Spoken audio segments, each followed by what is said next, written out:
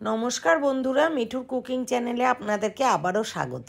আজকে আরও একটা দুর্দান্ত রেসিপি নিয়ে চলে এসেছি, যেটা শুধুমাত্র গরম ভাত হলেই একেবারে নিমিষেই শেষ হয়ে যাবে। তো এই শাকটাকে বলে গিমা শাক। হেলথের জন্য কিন্তু বিভৎস ভালো। খেতে একটু তিতকুটে হয়, কিন্তু সেটা দুর্দান্ত লাগে খেতে।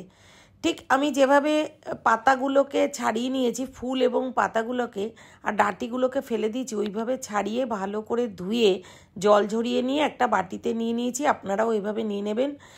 আমি দিয়ে দিয়েছি একটুখানি হলুদ, লঙ্কার গুঁড়ো, গোলমরিচের গুঁড়ো, অল্প একটু মিষ্টি। এগুলো সব কিন্তু আমি 1 টিস্পুন নিয়েছি।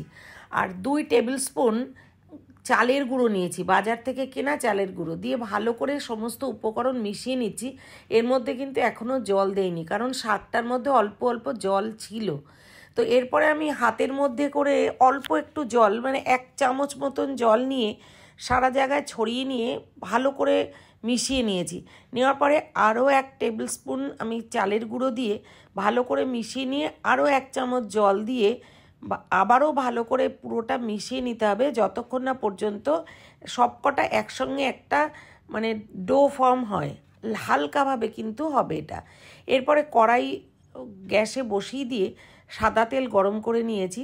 নিয়ে একদম দেখুন একটু করে নিয়ে গোল করে নিয়ে তারপরে হাতে চ্যাপটা চ্যাপটা করে বড়ার শেপ দিয়ে তেলের মধ্যে দিয়ে দিচ্ছি। এই সময় কিন্তু গ্যাসটা লো টু মিডিয়ামে থাকবে। হাই করে দিলে কিন্তু খুব শিগগিরই পুড়ে যাবে। এমনি একটু তিতকুটে হয়, পুড়ে গেলে আরও তেতো লাগবে, খেতে কিন্তু ভালো লাগবে না। ঠিক এইভাবে বড়াগুলো ভেজে তুলে নেবেন।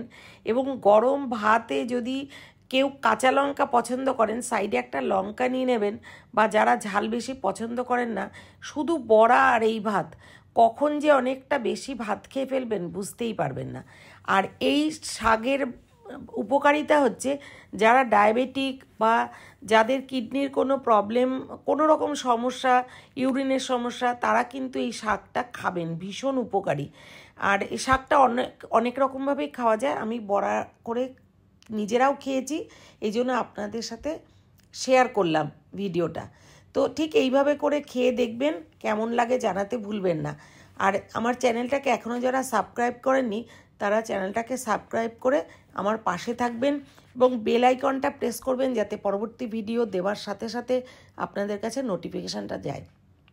চালের গুঁড়ো দেওয়াতে বড়াটা কিন্তু খুব ক্রিস্পি হয়েছিল, খেতে দুর্দান্ত হয়েছিল। ঠিক এইভাবে করে খেয়ে জানাতে কিন্তু ভুলবেন না কেমন লেগেছে আপনাদের।